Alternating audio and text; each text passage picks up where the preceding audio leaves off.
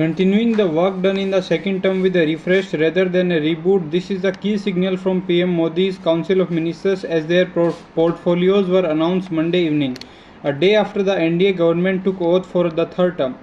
Given the political imperatives of a coalition in which the BJP, short of a majority, needs allies, the council may have been expanded to 72, but the portfolio allocation reflected continuity in the critical areas where progress is cumulative with no change in the Cabinet Committee on Security. Rajnath Singh was retained as Defence Minister, so was Amit Shah as Home Minister, Nirmala Sitharaman as Finance Minister and S. Jaishankar as External Affairs Minister. Shah also retained the Ministry of Cooperation, while Sitharaman will continue to have Corporate Affairs portfolio with her besides Finance. This also put the rest speculation on whether coalition compulsions would have a role to play in the composition of the CCS. Keeping the CCS unchanged, Modi leveraged the experience and domain expertise of former Chief Minister he inducted into his cabinet. Former MP CM Shivraj Singh Chauhan, credited for the transformation in the state's agriculture sector, got charged at the national level where he is expected to bring fresh impetus to the centre's efforts to address agrarian challenges and stalled reforms after the repeal of the farm laws.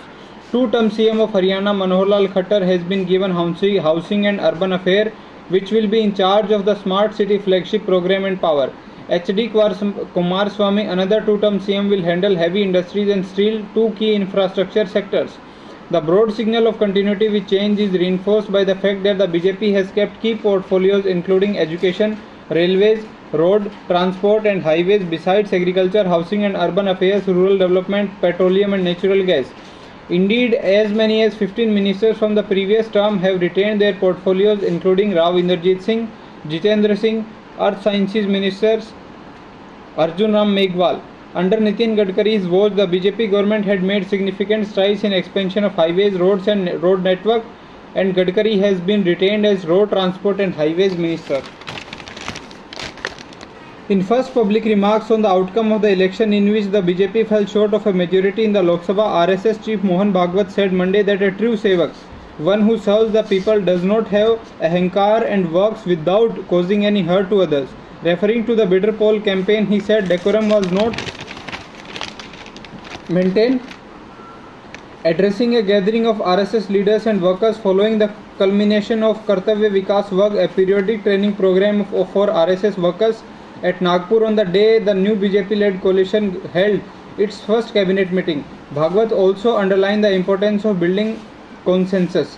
He also reiterated the Sangh's concern over continuing violence in Manipur and asked who was going to pay attention to the problem on the ground. He said it had to deal with own priority.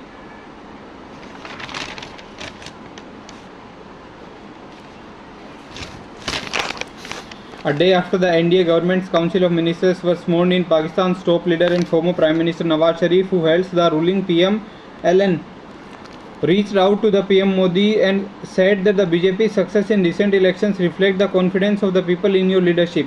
Let us replace hate with hope and seize the opportunity to shape the destiny of the 2 billion people of South Asia, he posted on X. Modi replied in about 2 hours, saying that the people of India have always stood for peace, security and progressive ideas, and that advancing the well-being and security of our people shall always remain our priority. His emphasis on security is a message to Nawaz that countering terrorism is a top priority.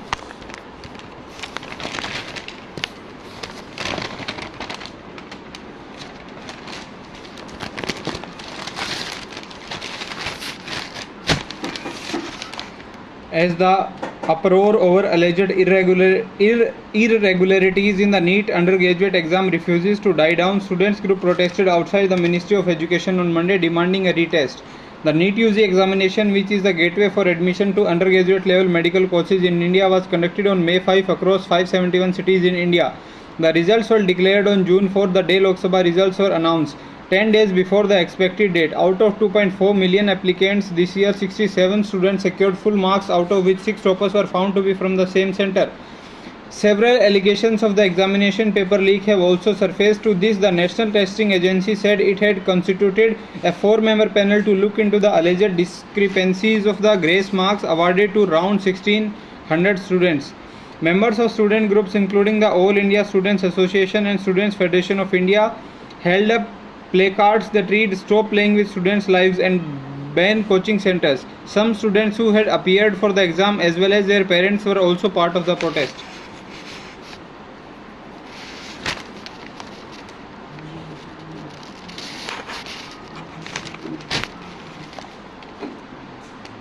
A new 2.5 km section on the Delhi Metro's Magenta Line, part of the Phase 4 extension, is likely to be opened to the public by July or August this year. The Delhi Metro Rail Corporation announced on Monday that this will be done after it obtains necessary approval from the Commissioner of Metro Rail Safety. According to Metro officials, the Magenta Line stretch between Janakpuri West and Botanical Garden will be extended to 2.5 km towards Krishna Park extension on the Janakpuri West side. This section has been constructed underground along with the new station. The Janakpuri West metro stretch will eventually run through areas such as Krishna Park extension, Kishopur, Paschim Vihar, Piragadi, Mangolpuri, West Enclave, Pushpanjali, Deepali Chowk, Pitampura, Prashant Vihar, North Pitampura, this and this. Once completed, the 29-km long extension will have 22 additional stops, adding to the existing 37-km and 25 stations. The Phase 4 project has been DMRC's most ambitious and awaited project, which aims to connect Delhi areas that are considered far-flung, said officials.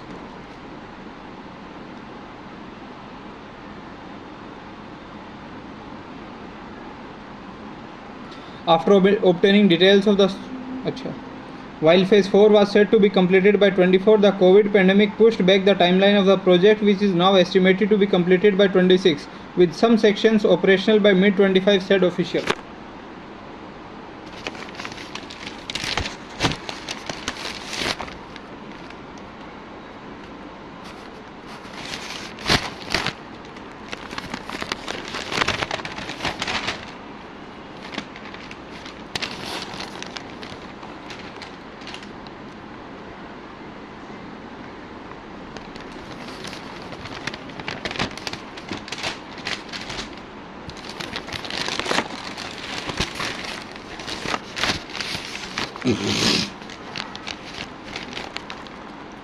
Annapurna Devi foray into politics in 98 was not a decision she had much control over. It happened after the death of her husband Ramesh Yadav, who was in the Rashtriya Janata Dal. Since then, she has not looked back and on Sunday, Koderma MP was sworn in as Union Minister in Prime Minister Modi's third cabinet. She was the Union Minister of State for Education from 21 in the previous Modi government. Devi, 55, is among 7 women in the cabinet in the new Council of Ministers and one of the 2 women cabinet ministers apart from Nirmala Sitharaman. She was among the 8 BJP candidates who won from Jharkhand. Her victory margin against Vinod Kumar Singh of CPI Liberation in Koderma is 3.7 lakh, was the highest among the party's winning candidates in the state. She started her political career by successfully contesting the Koderma Assembly by poll in 98 following her husband's death in the undivided Bihar on an RJD ticket. Devi went on to win the assembly elections from the same seat in 2004 and 5 and in 9 as the RJD's nominee and was appointed as a minister in the Jharkhand government in 12. Hailing from the OBC Yadav community, Devi is seen to have a significant influence in the 6 assembly segments of the Koderma Lok Sabha seat. Jharkhand goes to the polls later this year. She served as the Jharkhand RJD chief between 14 and 19 but moved on to the BJP in 19, contesting the Lok Sabha polls for the first time that year from Koderma, where she defeated Babulal Marandi of Jharkhand Vikas Morcha. As a parliamentarian, Devi has actively participated in numerous debates in the Lok Sabha and urged the government to work on skill development of rescued children to ensure they are reunited with their parents.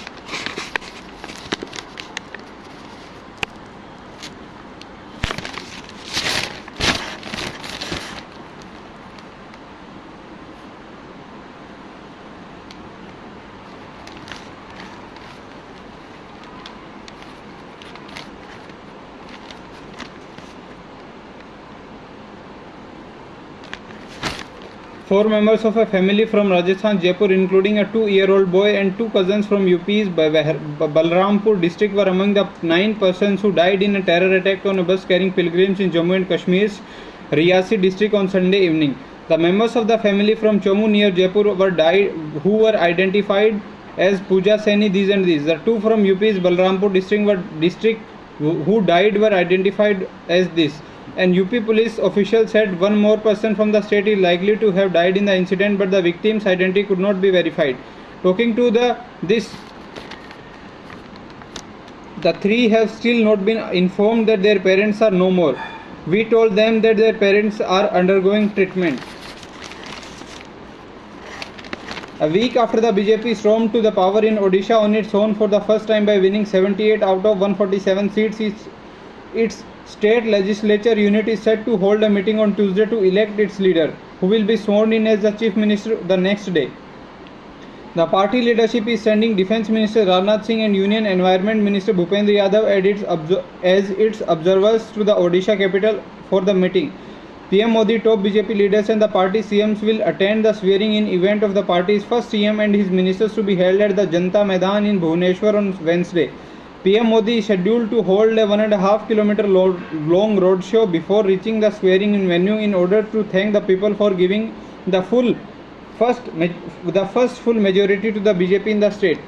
Meanwhile, hectic parleys are continuing in the BJP camp over the selection of the CM as well as the composition of the new government, while senior party leaders like Dharmendra Pradhan and Jual Oram were considered to be the key names for the CM's position earlier. They have now been inducted into the Modi-led NDA government 3.0. While Pradhan has been given the education portfolio, again Oram has been allocated the charge of the Tribal Affairs Ministry. State BJP President Manmohan Samal is considered one of the leading frontrunners for the CM's post, even though he lost his own election from Chandawali assembly seat with a narrow margin of 1900 votes. On the question of the party CM choice, Samal said that an Odia will be the CM. Known to be the grassroots leader, Samal, 65, has the experience of handling various departments as he had served as a minister in the BJP alliance government, holding portfolios like revenue and food supplies and consumer welfare from 4 to 8. Significantly, Samal was among the BJP leaders who were opposed to the alliance talks between the BJD and the BJP just ahead of these polls and persuaded his party's central leadership to go to the polls alone. The BJP-BJD negotiations finally fell through, leading to the two former allies slugging it out in the polls. There is also a strong buzz about the candidature of former state BJP chief Suresh Pujari for the CM's post.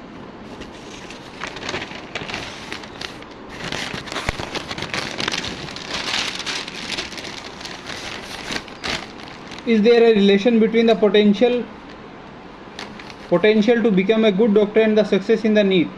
Going by what success in NEET demands, one can't hesitate to say no, except the acknowledge the general link that both NEET and a doctor's life require hard work.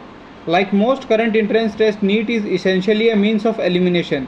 It enables the NTA to legitimately scoop a few out of the ocean of the applicants. This is done by organizing a mega exam where over 2 million youngsters sit and answer 180 questions in 200 minutes flat. How is this possible feat achieved? Each question has 4 possible answers and the candidate must choose the correct one to score. There is no time to think why that answer is correct or why the others are wrong. Such niceties of the reflective era are now totally out of fashion. If you want to be a doctor, you must master the art of responding to MCQs at a breakneck speed. Coaching institutes will teach you this art and drill you into mastery of it. For this handy services, they expect your parents to pay a good sum.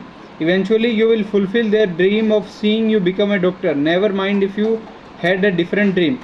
Trouble was brewing for quite some time in several centralized exam systems, but this summer the lead has blown off in the test for the medical entrance. There are just too many problems with NEET result declared on June 4. That was the date when everybody expected to hear the Lok Sabha results. The NEET results was to come 10 days later. That's why its co-appearance surprised everyone. For a vast number of candidates, it was not a pleasant surprise. There are other somewhat technical issues. Rarely does a candidate get full marks. This time there is a crowd at the top. Many have been given grace marks to compensate for the lack of sufficient time. Then there was a dispute about the question. The NTA is busy explaining everything away. It has denied the rumor of a paper leak. In a mega event like the NEET, every little detail is a potential nightmare. The paper must start at the time second at all the centers across the country. Entry rituals into an exam hall are far together than in an airport. The principle is clear. No sitting teenager should become a doctor. Given the scale of the operation, over 2 million applicants, and the fragility of the NTA, one must sympathize with it. I visited its website hoping to find a senior faculty's number to ring up and find out what exactly is going on. I discovered that this is one of the new age institutions that follow the dictum permanence mass efficiency. The performance may also jeopardize confidentiality must be another concern.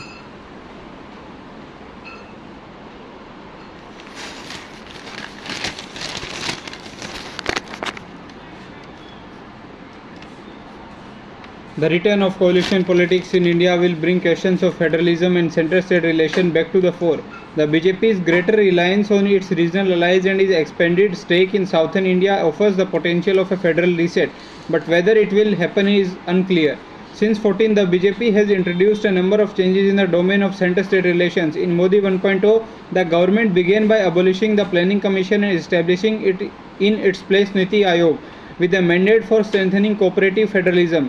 It went on to establish the goods and services tax, arguably the most significant reform to fiscal federalism since the promulgation of the constitution. In Modi 2.0, the government began its term in the office with the abrogation of Article 370, a move that underlined a turn towards a deeper degree of centralization and the use of a secure parliamentary majority to pursue one nation policy, ideas that often rode roughshod over the interest of state. The poll Eve pledged to proceed with one nation, one relation, one election was to be a continuation of this agenda.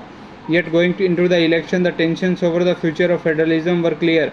The pending exercise of delimitation was the focal point of a brewing north-south divide in which less populous, opposition-dominated southern states feared a radical redistribution of parliamentary representation to more populous, BJP-dominated northern states. This threatened to throw open central elements of India's fiscal federal pact to destabilizing partisan conflict. The legitimacy of the redistributive model of fiscal federalism, through which taxes collected in richer southern and western states are redistributed to poorer northern states, was at stake.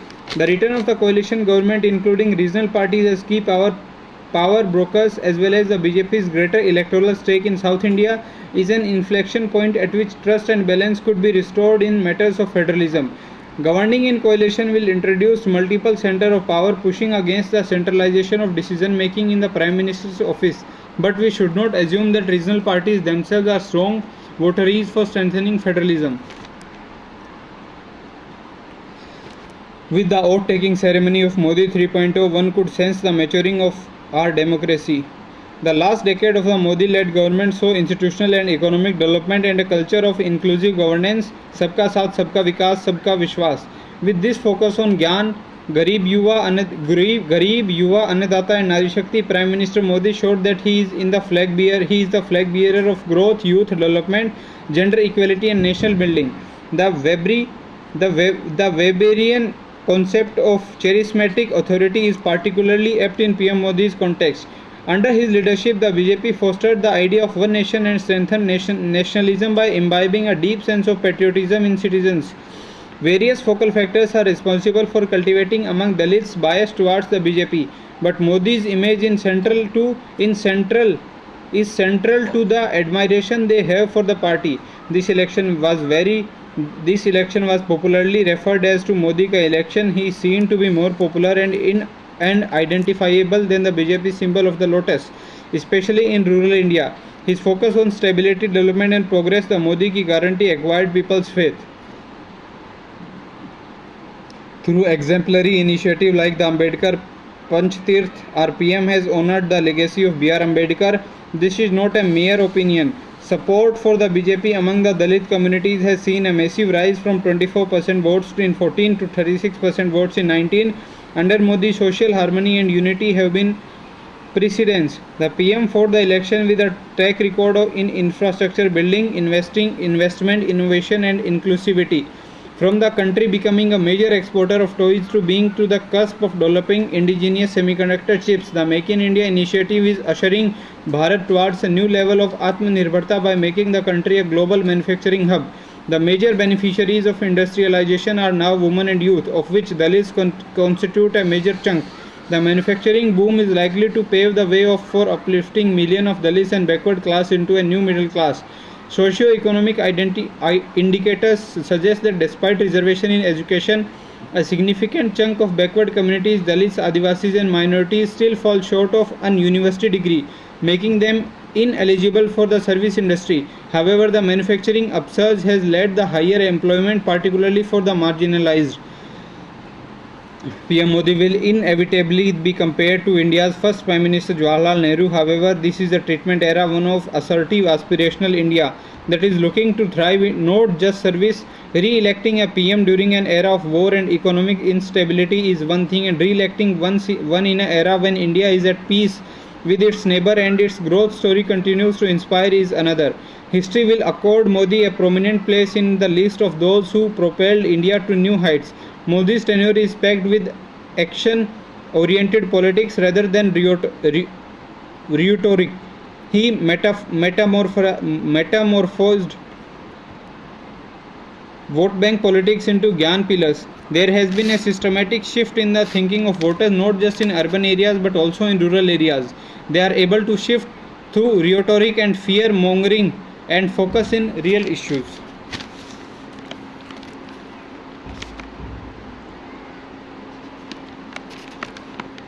The first high-level aircraft selection committee entrusted with the task of choosing a new plan for Indian Airlines has strongly recommended that Indian Airways buy Boeing 757. The secret report of the committee, headed by the Chief of Air Staff, Air Chief Marshal Dilbagh Singh, was accepted by the board, but it decided to wait for a week before announcing its decision on the new plane. 40 years ago, on June 11.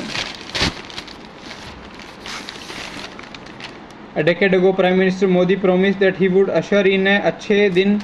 It looks like they might finally be here. Became in a fractured age. What can bring more happiness than the collaboration and diversity, even if has been necessitated by an angry electorate? A strong opposition and a media are added incentives to ensure their new formula holds. The time for solo photo opportunities is over. The best pictures will showcase the variety of the team in charge.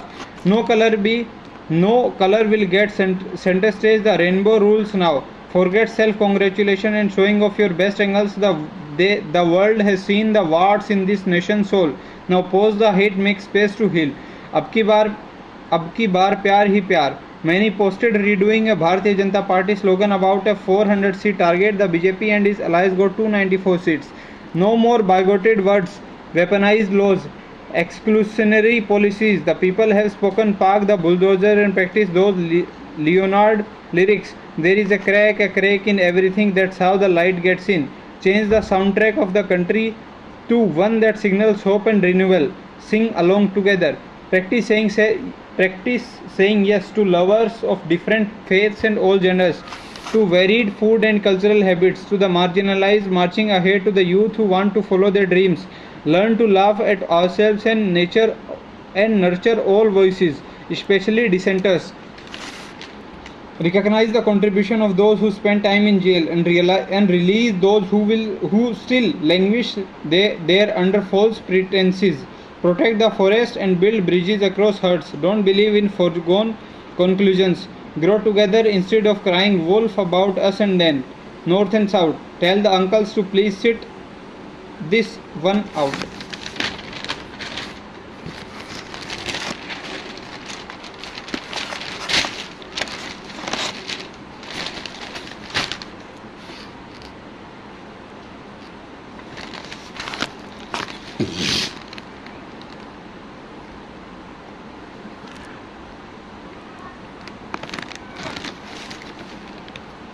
A 4-day election has shaken the foundations of the European Union, with the far-right rocking ruling parties in France and Germany, the bloc's traditional driving forces. For the next 5 years, it will be harder for the European Parliament to make decisions.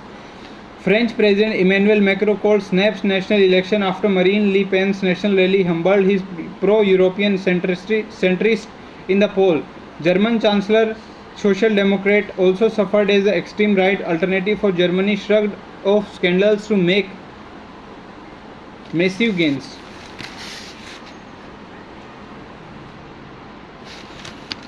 Together, the collective age of the bride and groom was nearly 200, but World War II veteran and his sweetheart proved that love is eternal as they tied the knot Saturday inland for the D-Day beaches in Normandy, France. Their respective ages, he is 100, she is 96, made their nuptials and almost double century celebration. There, Terence called it the best day of my life. On her way out the nuptials, the bubbly bride to be said, "It's not just for the young people, love, you know. We got butterflies and we get a little action also." The location was the elegant stonework town hall of the Curtain, a key initial D-Day objective that saw ferocious fighting after the June 6, 1944 Allied landings that helped rid Europe to Adolf Hitler's tyranny. Like other towns and villages across the Normandy coast where nearly 160,000 Allied troops came ashore under fire and gave 5 code named beaches. It's an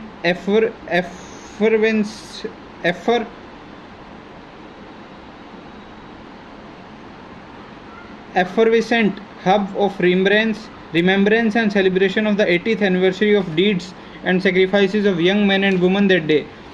Festooned with flags and bunting and with veterans feted like rock stars. Afterward declaring ode to vows ready by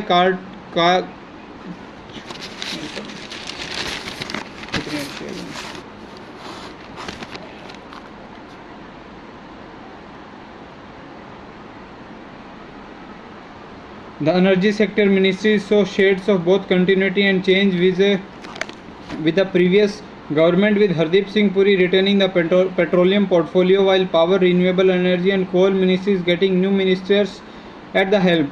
Former Haryana Chief Minister Manohar Lal Khattar is the new Power Minister, while Prahlad Joshi has been entrusted with the Ministry of New and Renewable Energy. The coal portfolio has been allocated to G. Kishan Reddy. Khattar and Joshi replace R.K. Singh, the outgoing Minister of Power and MNRE, who lost in the recently concluded Lok Sabha elections. Until a few months ago, Khattar served as Haryana CM, while Joshi handled coal mines and parliamentary affairs portfolios at the centre in the second Modi government. Reddy was heading Ministries of Tourism, Culture and Development of North Eastern region. As for the Minister of State in these, Shripad Yesso Naik will handle Power and MNRE, while Suresh Gopi will serve in the Petroleum Ministry. Satish Chandra Dubey is the new MOS for coal. At a broad level, accelerating energy transition, striking the delicate and critical balance between fossil fuels and green energy sources, pushing new and future fuel like green hydrogen, raising domestic energy production while cutting costly energy imports.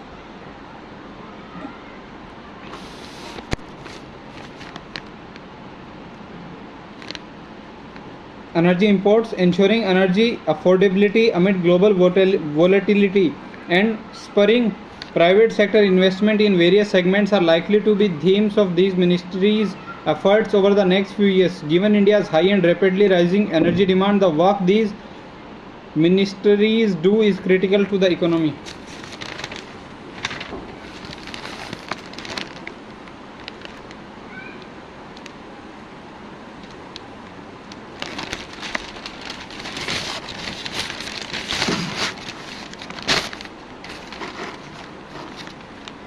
As the 18th Lok Sabha prepares to meet, the TDP and JDU, key allies of the BJP in the National Democratic Alliance, are said to be jockeying for the post of Speaker after a pro-tem or temporary Speaker administers the oath to new members. The Speaker is chosen by the presiding officer of the House. What are the powers of the Speakers and why is the post crucial for BJP, its allies as well as the opposition? The Speaker has a key role in parliamentary democracy. The Constitution of India provides for the offices of the Speaker and Deputy Speaker, who according to the Article 93 are to be elected as soon as may be after the commencement of the House. The Speaker is elected by a simple majority in the House. The term ends with dissolution of the House unless the Speaker resigns or is removed from office before that. A remotion of no confidence can be moved against the Speaker with notice of 14 days as per Article 94 of the Constitution. Separately, the Speaker, like any other member of the House, can face disqualification. There are no specific qualification for becoming speaker, which means any member is entitled to be considered. However, the post of speaker is distinct from another members in the house.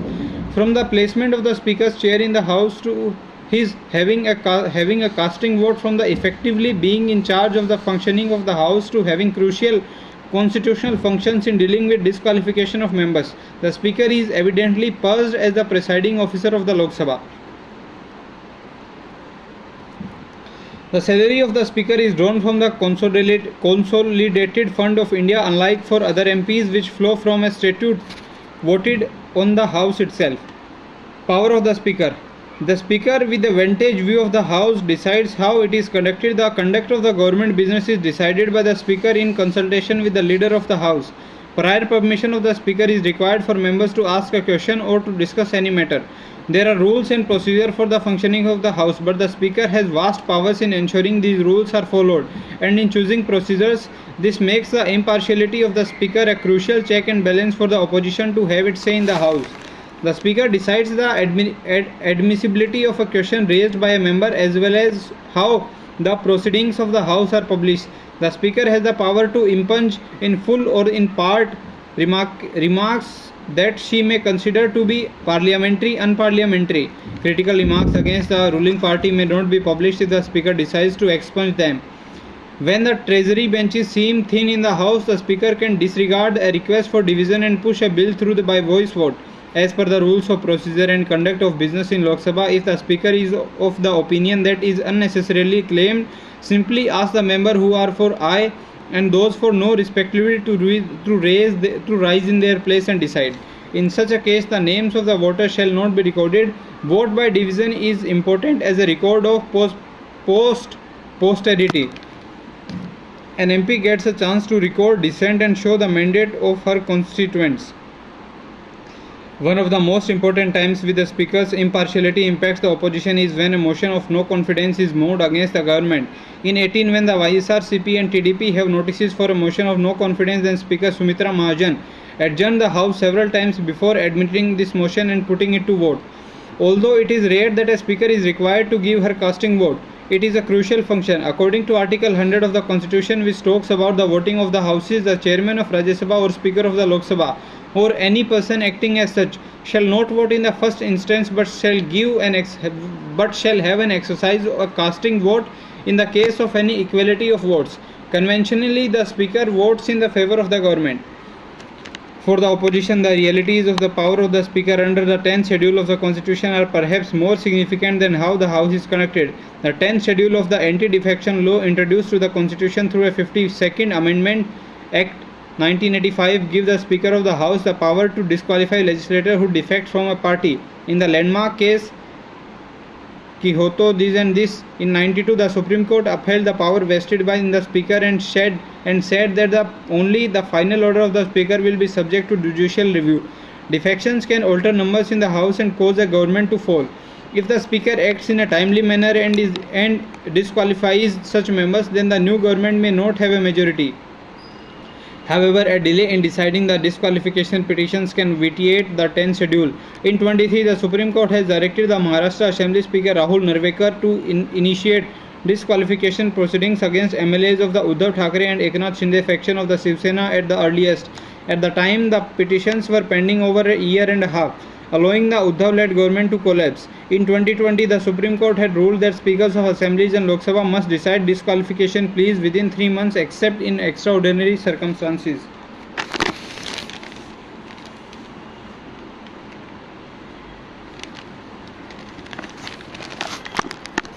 Amid the uproar over the NEET UG results were declared on June 4, Tamil Nadu Chief Minister M.K. Stalin on Sunday said that his government was the first to foresee the hazards of NEET and undertook a large-scale campaign against it. The results, published 10 days ahead of the scheduled date, have been questioned for several reasons. The usually large number of candidates, 67 compared at the most 3 in the previous 5 years, who secured the top rank with the maximum possible score.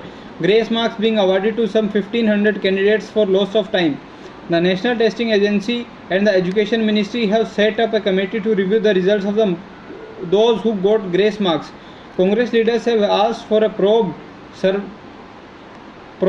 supervised by the Supreme Court, and Maharashtra's Medical Education Minister had asked for the results to be cancelled. Some candidates have moved High Court.